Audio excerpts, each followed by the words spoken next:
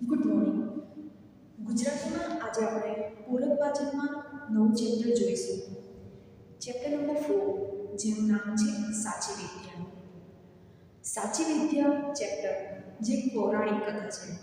પૌરાણિક એટલે જૂનું અને કથા એટલે વાર્તા. એક જૂના સમયની પ્રાચીન કાળની એક વાર્તા છે અને એ વાર્તામાં આપણને વિદ્યા એટલે કે જ્ઞાનનું મહત્વ સમજાવવામાં આવ્યું છે. ચેપ્ટરનું નામ છે સાચી વિદ્યા. તો આપણા મનમાં પ્રશ્ન થાય કે વિદ્યા એટલે કે જ્ઞાન તો જ્ઞાન હોય, એ પછી સાચું કે ખોટું કઈ રીતે હોઈ શકે? તો અહીં ખૂબ સુંદર ગુરુ અને શિષ્યની વાત આપવામાં આવેલી છે અને એના દ્વારા ગુરુ કઈ રીતે શિષ્યને સાચી વિદ્યાનું જ્ઞાન કરાવે છે, બોધ કરાવે છે, તેના વિશેની રજૂઆત છે.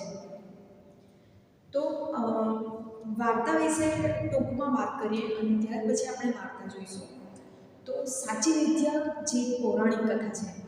વિદ્યાર્થી મિત્રો, તમને ખબર હશે કે પહેલાંના જમાનામાં એટલે કે પ્રાચીન કાળમાં આપણે જેમ શાળામાં ભણીએ છીએ, કોલેજો છે, ભણવાની એવી વ્યવસ્થા ન હતી.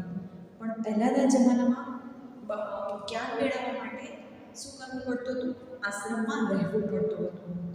વિદ્યાર્થીઓ શિષ્યો કહેવાતા હતા અને તેમણે ગુરુજીના આશ્રમમાં રહીને જ્ઞાન પ્રાપ્ત કરવાનું રહેતું.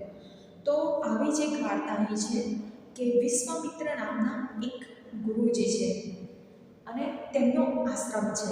તે વિદ્યાર્થીઓને જ્ઞાન આપવાનું કામ કરે છે અને તેમના આશ્રમમાં ઘણા બધા વિદ્યાર્થીઓ એટલે કે જે સ્ટુડન્ટ્સ છે, જેને આપણે કહીએ તેમના શિષ્યો આશ્રમમાં તેમની સાથે રહે છે અને ત્યાં અભ્યાસ કરે છે. જે રીતે આજે આપણે અલગ અલગ વિષય ભણીએ છીએ, એ રીતે પહેલાંના સમયમાં જીવનને ઉપયોગી જ્ઞાન આપવામાં આવતું. એટલે કે શસ્ત્રવિદ્યા, અસ્ત્રવિદ્યા, આયુર્વેદ, વેદોનું જ્ઞાન, કર્મકાંડ, એવા અલગ અલગ વિષયોનું જ્ઞાન એમને આપવામાં આવતું અને સાથે સાથે જીવન ઉપયોગી જ્ઞાન પણ તેમને મળતું હતું. અને પહેલાંના સમયમાં જ્યારે વિદ્યાર્થી એટલે કે છાત્ર, શિષ્યો જ્યારે 7 વર્ષનું બાળક થતું ત્યારે તેના ઉપનયન સંસ્કાર કરવામાં આવતા. એટલે કે તેને જનોઈ પહેરાવવામાં આવતી અને ત્યાર પછી જ્યારે તે જનોઈ પહેરી લે એટલે બાળક હવે આશ્રમમાં જવા માટે તૈયાર છે અને જ્યારે તે જનોઈ પહેરી લે તેને બટુક કહેવાતું. એ જ્યારે જનોઈ પહેરી લે ત્યારે એ બટુક એટલે કે 7 વર્ષ પછી તે આશ્રમમાં જઈને વિદ્યાભ્યાસ કરતો. આપણી જેમ તે લોકોને ના દિવાળી વેકેશન, ના ઉનાળુ વેકેશન કે કોઈ પણ જાતની રજા આશ્રમમાં ગયા પછી મળતી નહીં. એકવાર વિદ્યાર્થી આશ્રમમાં ભણવા માટે જતો, ત્યાં તેણે 10 થી 12 વર્ષ માટે આશ્રમમાં જ રહેવું પડતું. અને આશ્રમ પણ કઈ જગ્યાએ હોય? ગામથી થોડે દૂર વન કે જંગલમાં હોત. અને જંગલના આશ્રમમાં રહીને પોતાના ગુરુજી સાથે રહીને વિદ્યાર્થીઓએ 10-12 વર્ષ અભ્યાસ કરવો પડતો.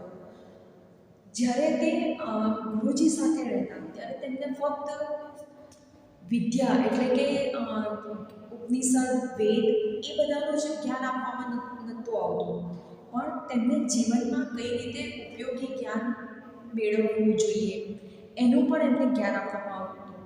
જીવનમાં જીવવા માટે કયા કયા કામ ઉપયોગી છે, દરેક કામ જાતે કઈ રીતે કરવું જોઈએ, આત્મનિર્ભર કઈ રીતે બનવું જોઈએ, તેનું જ્ઞાન પણ તેમને આપવામાં આવતું. તો વિશ્વામિત્ર પોતાના આશ્રમમાં શિષ્યો સાથે રહે છે.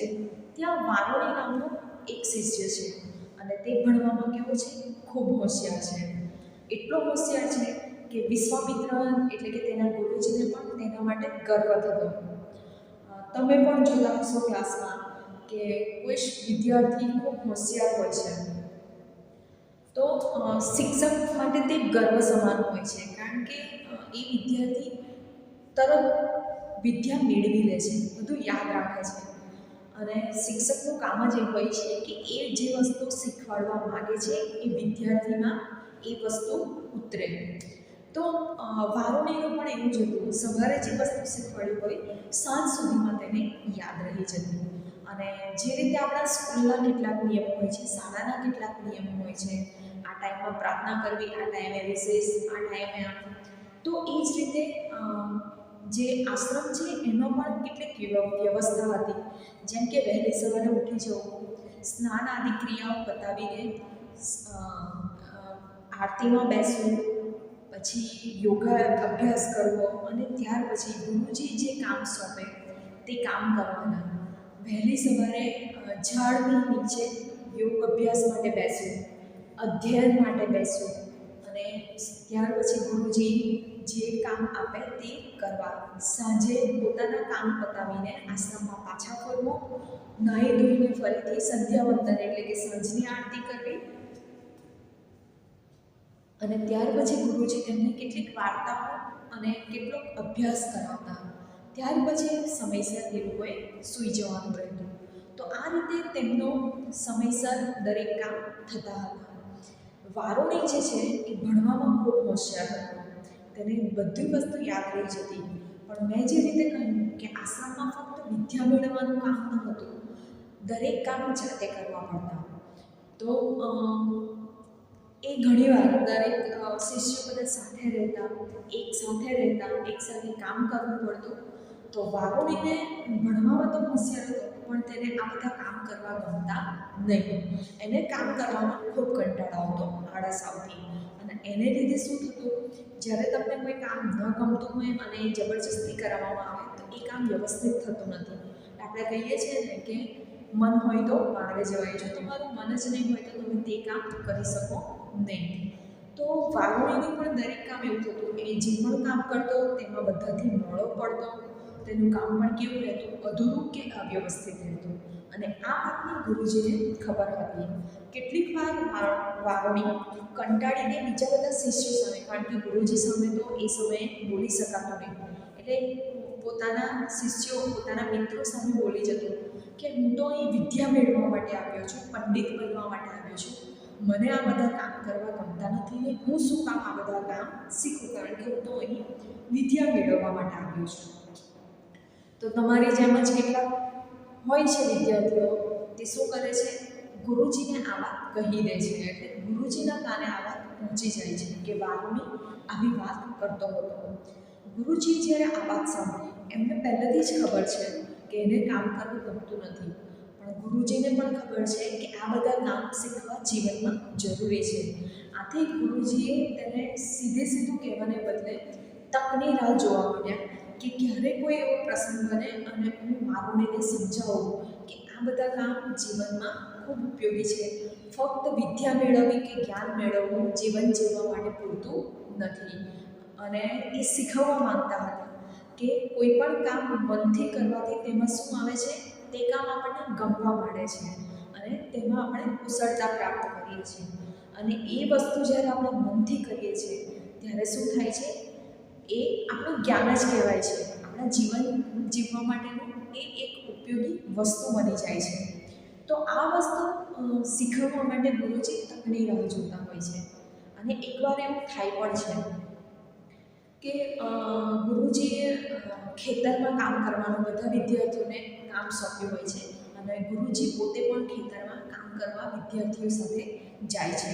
વારુણીના ભાગ કયો કામ આવ્યો છે, કૂવામાંથી જે પાણી કાઢવા માટેનો રેટ ચાલે છે તેને જોવાનું અને એ પાણી વ્યવસ્થિત પહોંચે છે કે નહીં તેનું ધ્યાન રાખવાનું. એટલે વારુણી કૂવા પાસે ઊભો રહેલો છે અને તે પાણી નીકળે છે એ જોતો કયા વિચારમાં છે, કારણ કે એને કામ કરવાનું ગમતું નથી, એને આ કામ પણ ગમતું નથી. એટલે મનમાં વિચારતો હોય છે જે સવારે ગુરુજીએ શીખવ્યું હોય છે તે. એ વિચારમાં ને એ વિચારમાં એને બીજી વાત જે ગુરુજીએ કહી હશે, જે બીજો શ્લોક છે શીખવાડ્યો હશે, તે તેને યાદ આવતો નથી. અને તે વિચારમાં તે રેટ જોવાનું ભૂલી જાય છે અને આથી તે કામ કરતો બંધ થઈ જાય છે. એ કામ કરતો બંધ થઈ જાય છે એટલે પાણી જે ખેતરમાં પહોંચતું હતું તે પાણી જતું બંધ થઈ ગયું. આથી ખેતરમાં જે ગુરુજી અને બીજા શિષ્યો કામ કરતા હતા તેમને ખબર પડી ગઈ કે હા, વારુણીનું ધ્યાન ભટકી ગયું છે. ગુરુજીને પણ ખબર પડી ગઈ અને ગુરુજીએ મનમાં વિચાર્યું કે આ એક સારો સમય છે તેને સમજાવવાનો. આથી ગુરુજી જાતે તેની પાસે કૂવા પાસે આવે છે અને તેને પૂછે છે કે કેમ વારુણી પાણી આવતું બંધ કેમ થઈ ગયું, તારું ધ્યાન ક્યાં છે? અને ત્યાર પછી તે કઈ રીતે વારુણીને સમજાવે છે કે જીવનમાં કામ પણ કેટલા અગત્યના છે અને કેમ અગત્યના છે. જે આપણે આપણું જ્યારે ચેપ્ટર જોઈશું ત્યારે જોઈશું.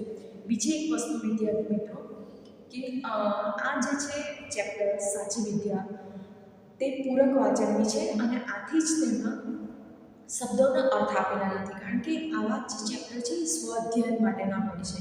આથી જ્યારે પણ હું આ ચેપ્ટર શરૂ કરીશ નેક્સ્ટ વિડીયોમાં ત્યારે હું દરેક શબ્દનો અર્થ તમને સમજાવતી જઈશ. તો તમારે તે શબ્દોના અર્થ ધ્યાન રાખવાના છે. અને એ જે ચેપ્ટર છે તેના ઘણા બધા શબ્દો એવા છે જે પૌરાણિક કથા પ્રમાણે આપણને નહીં ખબર પડે તો તમારે તે ધ્યાન રાખવાનું છે. મેં આગળ કહ્યું તેમ તમારી પાસે ટેક્સ્ટબુક ના હોય તો તમે મેં જે લિંક આગળ પણ આપેલી છે ગૂગલ પરથી તમે તે ડાઉનલોડ કરી શકો છો અને હું તમને પેરેગ્રાફ વાઇઝ સમજાવીશ એટલે તમે વિડીયો જોઈને પણ એ કરી શકશો. તો આપણે નેક્સ્ટ વિડીયોમાં જોઈશું કે વિશ્વામિત્ર જે ઋષિ છે, જે ગુરુજી છે, એ કઈ રીતે વારુણીને સમજાવે છે કે જીવનમાં ફક્ત ભણવું જરૂરી નથી, પણ જીવનના જે કામ છે પોતાના પગ પર ઊભા રહેવું કે આત્મનિર્ભર બનવું એ પણ ખૂબ જરૂરી છે. આપણે ભણીએ તો છે પણ ફક્ત ભણવા ખાતર ભણી લીધું અને જ્યારે એક ફોર્મ ભરતા આપણે શીખી શકતા નથી કે એક ફોર્મ ભરવા માટે જ્યારે આપણે બીજા કોઈની જરૂર પડે છે તો આપણું એ ભણતર કોઈ કામનું નથી. અને એના માટે જ ગુજરાતીમાં કહેવત પણ વપરાય છે કે ભણેલા છે પણ ભણેલા નથી. એટલે આપણે ફક્ત ચોપડિયા જ્ઞાન લઈ લઈએ છીએ પણ જે વ્યવહારિક જ્ઞાન છે, જે સમાજમાં જીવવા માટે ઉપયોગી છે તે શીખતા નથી. તો આ લેસન આપણને એ જ સમજાવે છે કે ફક્ત ભણવામાં જ હોશિયાર હોવું જરૂરી નથી, પણ આપણા જીવનની આસપાસની જે જાણકારી છે, જે સમજ છે, જે કામ કરવાની કુશળતા છે તે પણ આપણામાં હોવી ખૂબ જરૂરી છે, જે આપણે આ ચેપ્ટર દ્વારા સમજીશું. ધન્યવાદ.